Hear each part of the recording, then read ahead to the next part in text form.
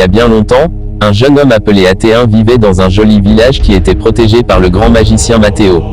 Un jour, une sorcière, jalouse de leur bonheur, kidnappa leur protecteur et le cacha dans la cité des disparus. Athéen décida alors d'aller à sa recherche. Durant les 2 jours qui suivirent, il assembla tout le matériel et les potions nécessaires à sa mission. Il traversa les 4 saisons les plus terribles, le froid glacial, les pluies torrentielles, le vent foudroyant et le soleil aride. Il surmonta toutes ces épreuves grâce à son équipement. Au bout de 5 semaines, le jeune homme atteignit les grandes portes de la cité des disparus.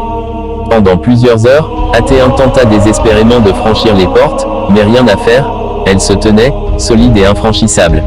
C'est alors qu'une petite fille apparut et lui proposa de l'aider. Elle s'appelait Akira. Jadis, elle avait aussi été enlevée par cette méchante sorcière qui était rongée de jalousie. Ils marchèrent ensemble jusqu'à un gros volcan non loin de là et Athéen en profita pour lui expliquer la situation.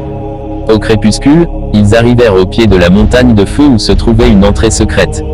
C'était un labyrinthe où des torrents de lave leur bloquaient souvent le chemin. Ils l'explorèrent toute la nuit et en sortirent à l'aube.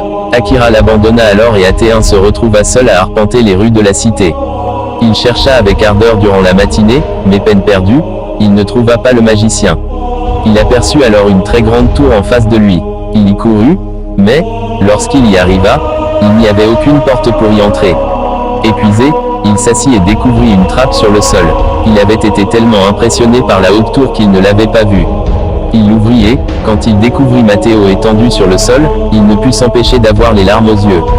À ce moment-là, une larme coula le long de sa joue et tomba sur le vieux sage.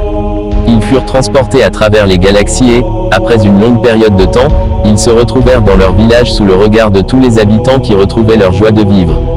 Mathéo fut très reconnaissant envers Athéen et, pour le remercier, il lui enseigna tous ses secrets.